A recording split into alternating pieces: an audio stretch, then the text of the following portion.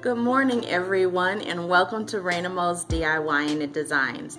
Today we are taking part in a collaboration with Ida at Design on a Dollar, and we are recreating a piece that we want for our home that we find at an expensive boutique or gallery and show you how to recreate it at a wonderful price. So if this is something that would interest you, please continue to watch. So what it is that I'm going to be designing today is a Starburst statue from Z Galleries, and this particular piece costs $199.95. I have my note here. So what I'm going to use today, if you were to purchase it, would cost you under $40 to create, and depending on what paints it is that you use, that price can be lowered to under $20. It really just depends on you and what your taste is and what your budget is for a project such as this. So what you're going to need obviously is a paintbrush of any type. You're going to need painter's tape, and that's to help secure the stencil. So obviously you're going to need a stencil. You're going to need a block of wood as well as a wooden dowel. I got this block of wood in a pack of like 12 or 15 from Hobby Lobby, and the pack cost $8.99, but you know I had a coupon code for 40% off when I used it, but right now they're actually on sale for $6.29, so you can use your coupon on this as well and get it even cheaper. These wooden dowels I picked up at my local King Dollar, and it cost me $1.25. I'm gonna use some epoxy. Found this at King Dollar. This was $1.25. I'm going to be using from the makers of E6000 this Allure metallic dimensional design adhesive paint. It's kind of like puff paint. It gives a little bit of texture, so I'm going to want to be using this for the outline of the stencil. This I got on Amazon and it was like $7.99. You're going to need shelf pins. I picked this up at my local Lowe's for $3.98. I have a basic paper plate which came from Walmart, popsicle stick that was in a pack of like 100 or 200 from Dollar Tree. I got this beautiful clear plate which I hauled this from Epic Dollar several months back, and this was $1.25. And here is the stencil that I'm going to be using, and this stencil I picked up at my local King Dollar, which was $1.25. Also, I'm not sure if you guys are aware, but there's a YouTuber that created her own metallic paints. They're absolutely beautiful. Her work is absolutely beautiful. Her name is Tony, and she's with her YouTube channel is Your House a Home. I went ahead and I picked these up off of Amazon. They were $14.99. I knew that she was coming out with this paint, but until I saw Ida from Design on a Dollar use these beautiful paints, I decided, you know what, let me see, since it's on Amazon now, and go over and support a fellow YouTuber. So I picked these up, and I intend to use lots of projects with this paint because, you know, she's an artist by nature and profession, and I know she wouldn't create something that would be horrible. She uses these paints all the time on her channel too, and everything she creates with it is gorgeous. So having said that, the things that I'm going to be using that obviously aren't here is, because I'm using the shelf pin, and it is a pin, that means it's going to go down into something. So I will be using a drill with a drill bit so that I can drill my hole into the dowel, and I'm also going to be using a saw so that I can cut the dowel into the right size pieces that I want, which I think I'm going to go ahead and I might just go ahead and use the whole length of the dowel, but if I shorten it, it's just a basic saw. You just mark it and saw it in half. And also for the wood piece here, I'll use a little peg to help glue affix the dowel into the wood, because I don't think it would be stable with the weight of this plate, this charger plate. It's very heavy, and I just don't think that it would be stable enough just to glue it, so I am going to use little pegs. So that's what I'll be using the drill for. So those are things that I'm actually going to be doing off camera, and I'm going to take care of those things first. So continue watching and I'll show you how I put it together. Okay, I also didn't mention that we'll be using spray paint because the whole project is going to be gold, so all of the wooden pieces are going to be gold. So I just wanted to mention that. What I'm doing is taking my ruler, and I'm not going to have my block of wood standing up like this. I actually want it to run horizontally. So I'm just going to measure and find the center of my wood, which it's at 4 inches across by just about 2 inches. So I know I need to make a mark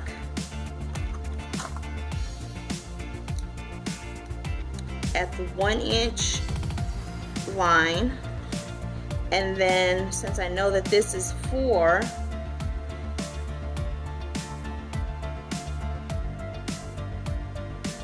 this would need to be at the 2 inch line. So I'm just going to make a mark here, and it would be okay if you just draw your lines and see where they intersect to make your center. But since I already know that this is 2 inches, I know that I can use 1 inch and make my mark, and I'll be in the center. So now that I've found the center of my block of wood, I'm going to go ahead and I'm going to drill my hole here for my little pin. And then I'm going to do the same thing on each end of the dowel, and when I come back I'll show you how that looks. Okay, so here I'm just showing you my pink skill drill and a board that I'm going to be using to go ahead and drill the hole that I need inside the block of wood, and I'm doing it with the bore bit instead of a drill bit.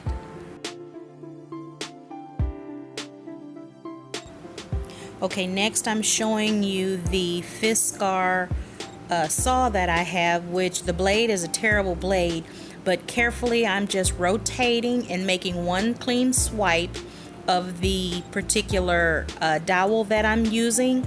So you'll just see that until I can get it cut deep enough that I could score it and just pop it in half.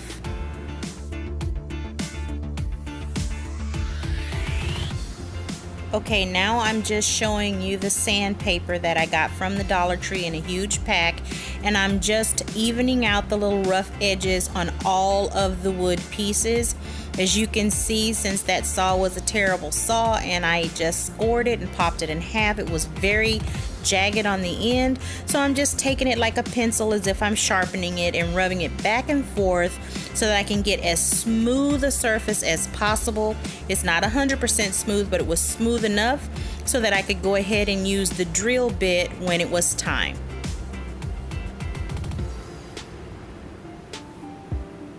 Now I'm showing you the set of drill bits that I have. I picked that up at Harbor Freight. It's a great deal. So I'm just turning it around and showing you all of the pieces. I'm gonna select the appropriate bit side, which is 1/4 of an inch, which is what I need for the correct size for the dowel pins.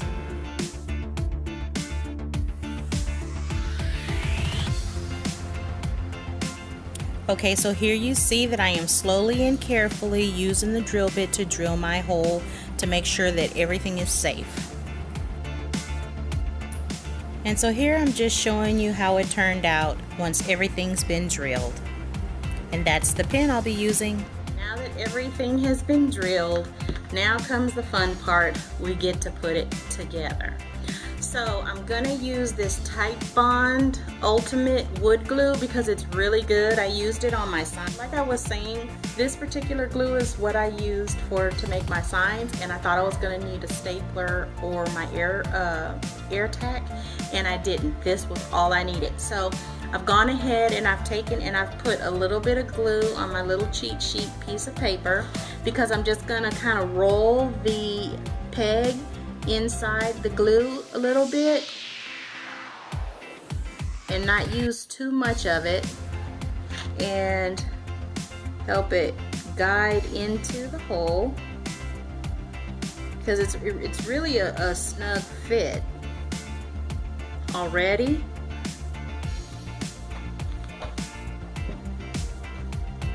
So I'm just going to use that and press real hard to try and push it down as far as I can. This is where a hammer would come in real handy, but I don't have it, but I have my trusty good old South wire. So I've gone ahead and I've fixed that here. And for the next part, you decide which is going to be your top and which is going to be your bottom. This will be my bottom, and I'm just going to put a little bit of glue on the base of it and kind of coax some of the glue into the hole like so. I'm just going to kind of tap it, and then I can use my paintbrush to pop that bubble so the glue can just be coaxed down into the hole.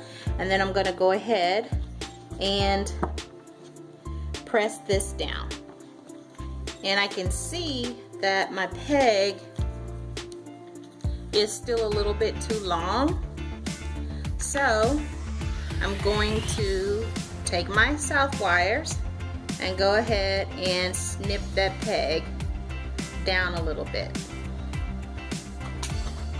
Okay, and then I'm going to add a little bit touch of more glue.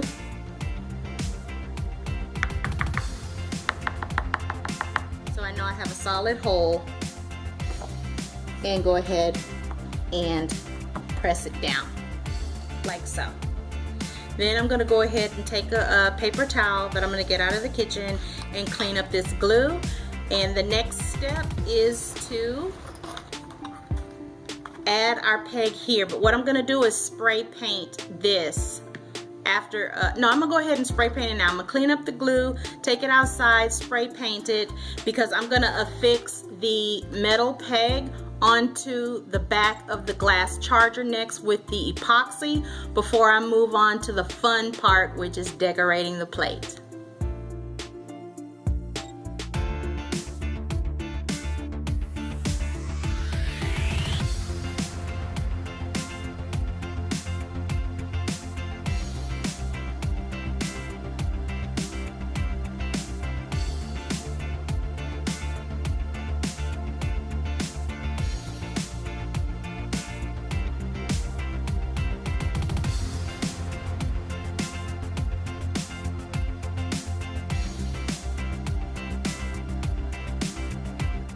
Taken the stencil out of its package, and here's where you would decide, do I want the stencil to be on the inside of the plate, or do I want the stencil to be on the outside of the plate? And for me, I actually want it to be on the outside of the plate. So what I'm going to go ahead and do is center it. Well, first what I'm going to do is clean it off. Then I'm going to center it, and I'm going to tape it down with painter's tape, and when I come back I'll show you how that looks. So here I have it centered where I want it, and I have all of the pieces taped down from the back, and this is what it would actually look like from the front. So now all I get to do is go ahead and start affixing my paint here onto the back of the vessel, and when I come back I'll show you how it looks. So here I've taped off the entire back. I need to say that Tony's paints, they are beautiful. I did use her paints on this project, but I didn't have the right tool to use it with. if I had a sponge dauber, the little sponge brush that has a round foam disc on the bottom where you actually can daub, that is the proper tool to use with this paint for this particular project because of the intricacy of this particular stencil. If the stencil was wider and not so intricate, I could have gotten away with using this brush. But because I didn't have the right tool and I used this brush, the paint bled. It has nothing to do with the paint, everything to do with the tool. So that's another reason why sometimes you can get away with using a different tool, but you really should always use the right tool for the right job to get the right outcome.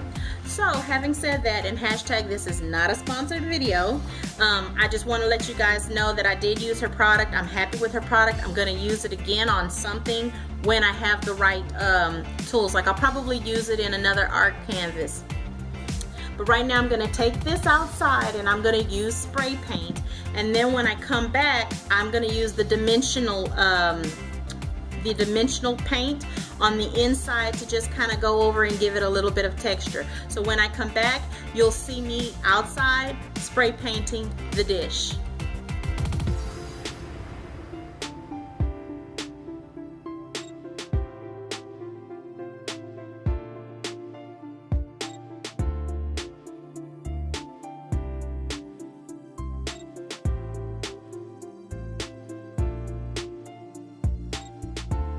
Okay, so here is what it looks like when I have spray painted the back.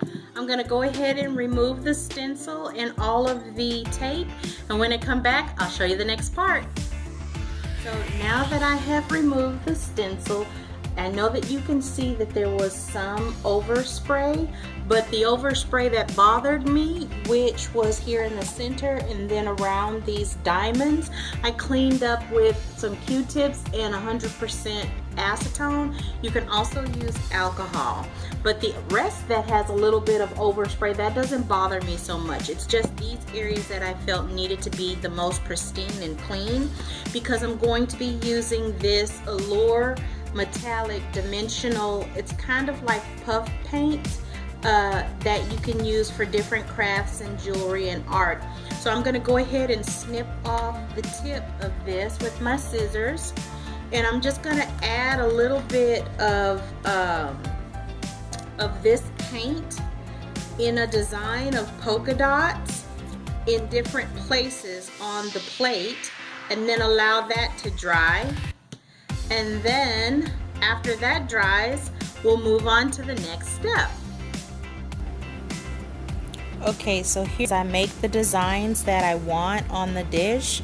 You may see me holding my head. It's because I was not feeling well this morning, and leaning over in such a manner, concentrating, being top heavy like that, excuse me, I know that might be TMI, it made my head feel worse. So if you see me holding my head, that's the reason for that. But I'm just intently working, adding my polka dots, adding my little V's, and increasing my design to a matter where I like it.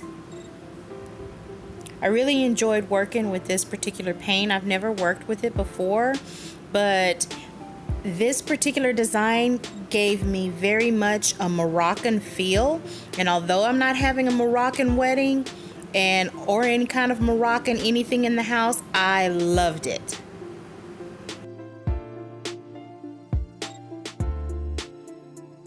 So here's what our plate looks like. This is a backside view, so you can see the texture that the dimensional paint actually gave to it, and I think it's turning out really, really cute. Next, we're going to attach it to our base, and in order to do that, that's where this shelf pin comes into place.